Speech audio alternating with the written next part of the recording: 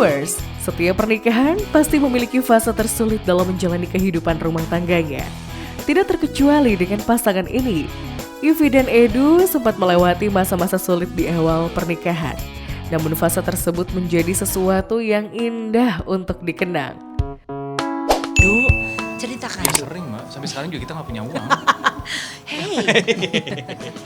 Hey. Iya, Ayo, namanya orang di perantauan ya. Maksudnya aku dulu di Amerika kerja di restoran gitu, kerja sampai tengah malam. Ya kan, ya dimana semuanya harus ngerjain sendiri. Dan waktu itu sih Ivy kebetulan ya nggak perlu kerja di sana gitu. Tapi kamu sempat nyambi-nyambi ya? Sempat nyambi sih. Dia sempat nyambi-nyambi ya, ada ya. Ya karena aku dan Ivy pun bukan dari keluarga yang gimana gitu ya, yang jadi ya itulah, kita harus berjuang sendiri ya. Kadang kita Support dari orang tua. misalnya kita beli makanan di restoran gitu, satu porsi itu kita harus jadikan itu makanan seharian.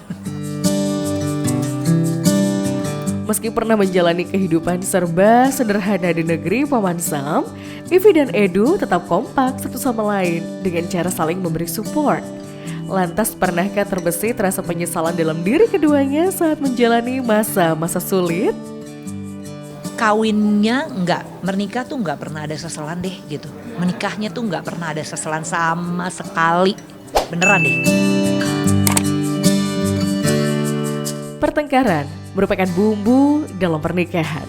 Meski telah menjalani rumah tangga selama 13 tahun, bukan berarti rumah tangga mereka tidak mengalami percekcokan. Passionate love tuh adalah gue sama Edu tuh emang nyetir mobil pegangan tangan. Sampai detik ini 13 tahun bersama. Itu emang bukan bohong loh gitu. Bukan cuman di sosial media kayak gitu, enggak gitu. Terus tidur pegangan tangan gitu. Ya pokoknya berpegangan tangan dan mesra-mesraan itu ya bukan cuman karena kamera gitu, bukan cuman karena di foto gitu ya, emang gitu. Tapi nah hubungan yang kayak begitu, kalau sudah berantem, silakan Pak Edu dijelaskan. Ya kalau udah berantem sih ya teriak-teriakan, semua kata-kata yang kebun binatang, terus apa ya keluar semua sih kita kalau berantem sampai segitunya gitu. Ya betul. Tapi kita tuh sejak pacaran tuh selalu bareng terus. Ya kan Beb, nggak pernah kita ada yang terpisah kecuali di Amerika itu ya aku dan Beb pergi duluan.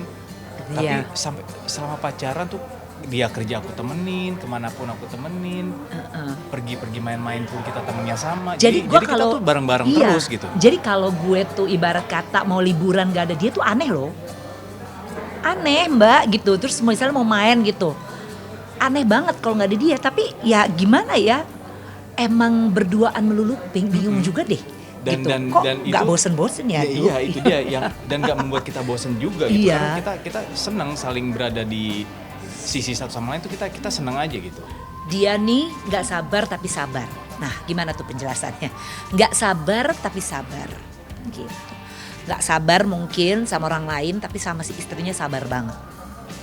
Bagus. Aku sih sama kamu tuh berubah loh. Sabar, iya. Dulu kalau pacaran, kalau berantem tuh bisa sebulan gue cuekin tuh.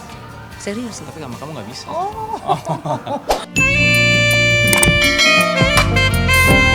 Cemburu biasanya lazim dirasakan oleh perempuan, tidak terkecuali dengan Ivy. Meski selalu tampil dan berpergian bersama dengan sang suami, perempuan berusia 44 tahun ini tetap mengalami namanya cemburu. Nggak pernah, aku sih nggak cemburuan sih orangnya. Ivy yang lebih cemburuan. Ya. Iya, oke. Gue sangat memberi kebebasan Ivy mau bergaul sama siapa aja, mau ketemu sama siapa aja. Itu sih, gue nggak pernah ada masalah. Gitu. Gue ada masalah. Gue sih ada masalah. Gue nggak ada masalah. Ya gue masalah, sorry. Gue sih masalah, gue masalah banget. Soalnya ya dalam hubungan kita berdua tuh gue merasa gue nggak cantik gitu. Karena semua orang tuh kalau ketemu gue gini, ih laki lu tuh ganteng banget ya. Sampai gue di titik yang emangnya gue gak cakep ya, sampai laki lu cakep banget sih Pi. Gak yang lu you deserve it gitu loh, ngerti gak sih lo gitu. Iya kan gitu. Buat aku kamu cantik loh, luar dalam. Ya udah, banget. thank you. Jadi aku tuh sebenarnya nggak percaya diri banget. Plus ada history sih gitu. Historinya tuh adalah dia tuh banyak yang suka gitu, banyak yang suka, dan yang suka baik laki maupun perempuan ya gitu. Jadi versatile kan gitu. Harus disebut.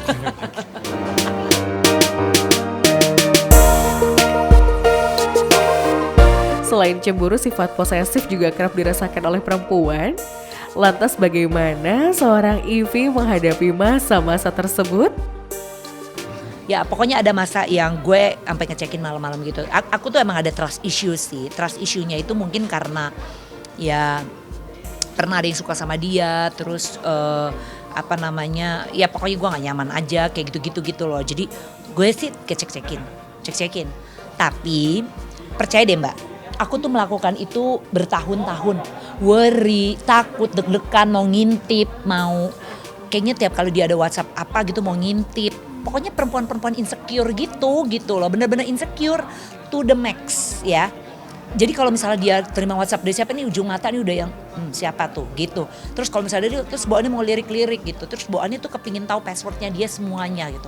Layaknya perempuan lah ya gitu. Jadi kepingin tahu, tapi kayaknya udah 3 tahun belakangan ini I stop doing it gitu. Bayangin 10 tahun tuh kayak begitu. Kayak 3 tahun belakangan ini aku gak kayak gitu deh. Lelah bun gitu. Terus udah kepasrah gitu ya, kayak ya udahlah whatever happens karena emang capek loh kayak begitu tuh, capek loh, insecure tuh capek loh. Meski bukan sosok suami yang romantis, Edu merupakan sosok suami yang ekspresif. Ivy pun sangat merasakan ketulusan cinta dan kasih sayang Edu terhadap dirinya. Ya dia sih perhatian aja gitu, dia kan perhatian orangnya, dia kan orangnya full of surprises, perhatian. Bahasa cintanya tuh ya memang bahasa cinta banget deh, kayak misalnya kalau ketemu jalan tuh harus pegangan, terus harus ngerangkul, terus kadang-kadang dia malah PDA gitu kan, harus mencium kayak gitu-gitu yang gue jengah sendiri gitu kan, tapi kan dia kayak gitu, dan dia tuh nggak peduli mau depan emak gue, mau depan adik gue, mau depan anaknya, mau depan siapapun, kalau dia mau cium ya dia cium aja. Dia sih nunjukinnya begitu ya gitu.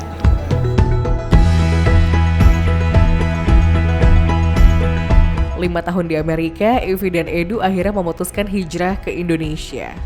Apa ya yang menjadi alasan keduanya mantap kembali ke tanah kelahirannya? Capek sih. Jadi harus kerja, harus ngurus anak sendiri. Gak harus punya masak mbak sendiri kan, nggak bisa punya mbak ya, nyuci baju sendiri, semua ngerjain sendiri, bersihin rumah sendiri, dia capek gitu. Kalau di sini tuh sebenarnya semuanya serba mudah, beneran ya Edu ya, semuanya serba lebih mudah. Jadi kalau misalnya perjuangan orang bekerja di sini tuh jadi susah ya, kesian deh gitu. Padahal kalau di luar negeri tuh jauh lebih susah sih. Gitu. Tapi yang terutama ya kita mau dekat keluarga sih. Memiliki 2 orang putri cantik bernama Kiara Kueski dan Zivan Kezara bukanlah hal yang mudah. Namun dikatakan wanita berusia 44 tahun ini, ia dan Edu tak memiliki konsep khusus untuk mendidik anak-anaknya. Orang tua yang cenderung membebaskan anak-anaknya, tapi dipantau ya. Jadi anak-anak, maksudnya kita membebaskan anak-anak dalam arti mereka tuh bisa ngapain aja, memutuskan mau melakukan apa aja, kita nggak membatasi ya. Tapi yang bisa kita cuma arahkan ya, lo harus begini gitu. Kita berdua nih adalah produk anak-anak yang nggak suka diatur yang berlebihan gitu. Nah itu yang kita terapkan ke anak-anak, nggak mengatur berlebihan gitu. Biarkan mereka berekspresi, biarkan mereka menemukan jalannya gitu. Emang cenderung kesannya cenderung wow gitu ya, agak wild bahkan. Tapi ya gimana dong, orang tuanya juga begitu gitu.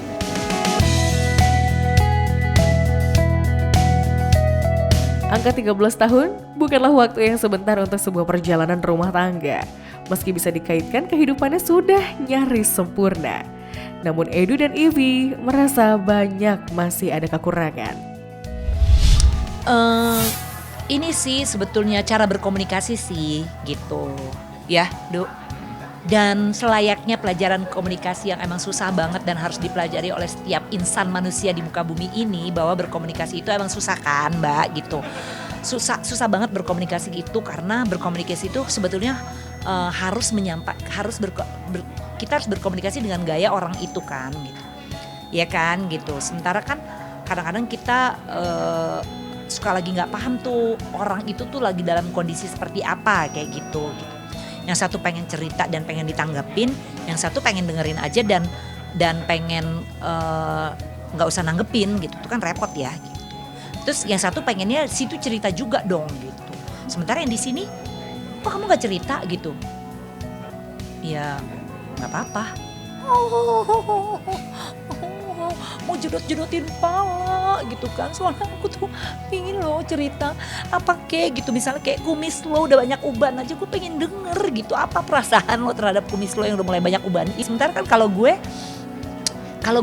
bulu mata udah tinggal dikit aja gitu, misalnya gue mengalami kebotakan Dedu, itu akan menjadi gue bahas gitu kan, waduh kemana-mana gitu. Sementara buat dia ya terus gitu.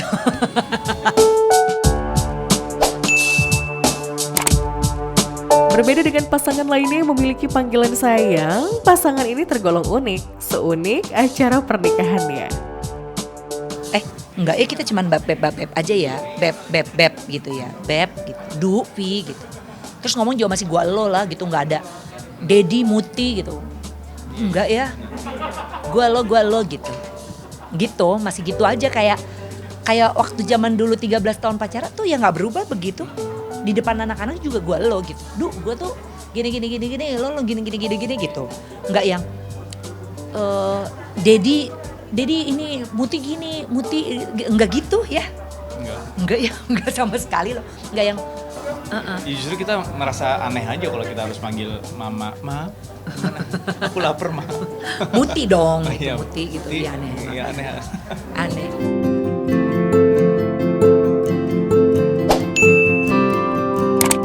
Ivy dan Edu baru saja merayakan anniversary-nya yang ke-13 pada 31 Oktober lalu.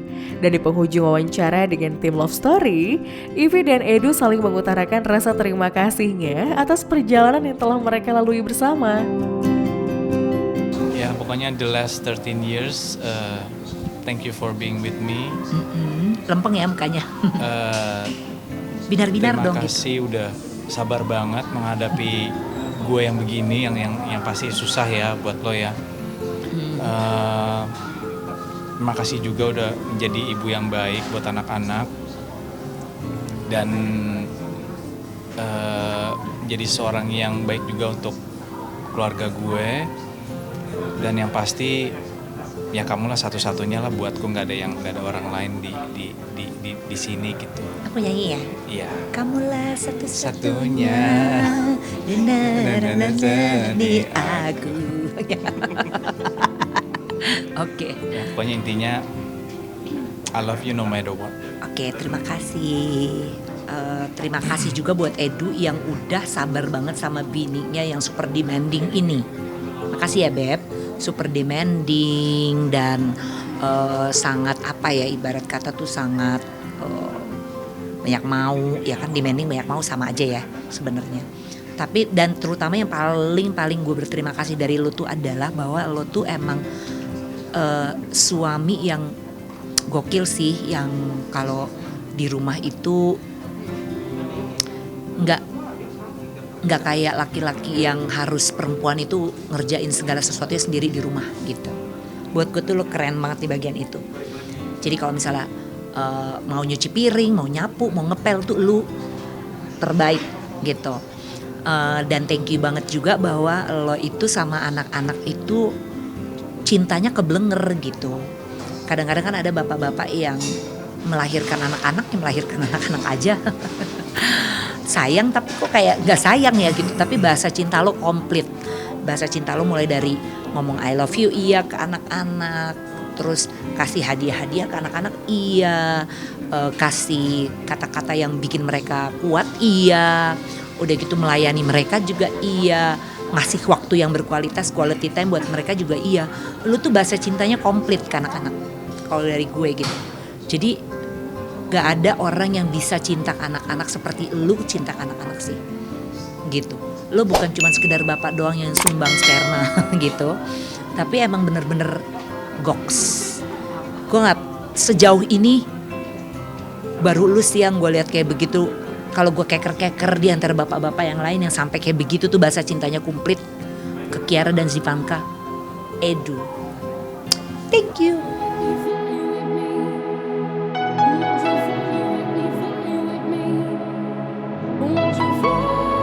Yup viewers, itulah kemesraan dan manisnya kisah cinta Evi Batuta dan Edu Napitupulu.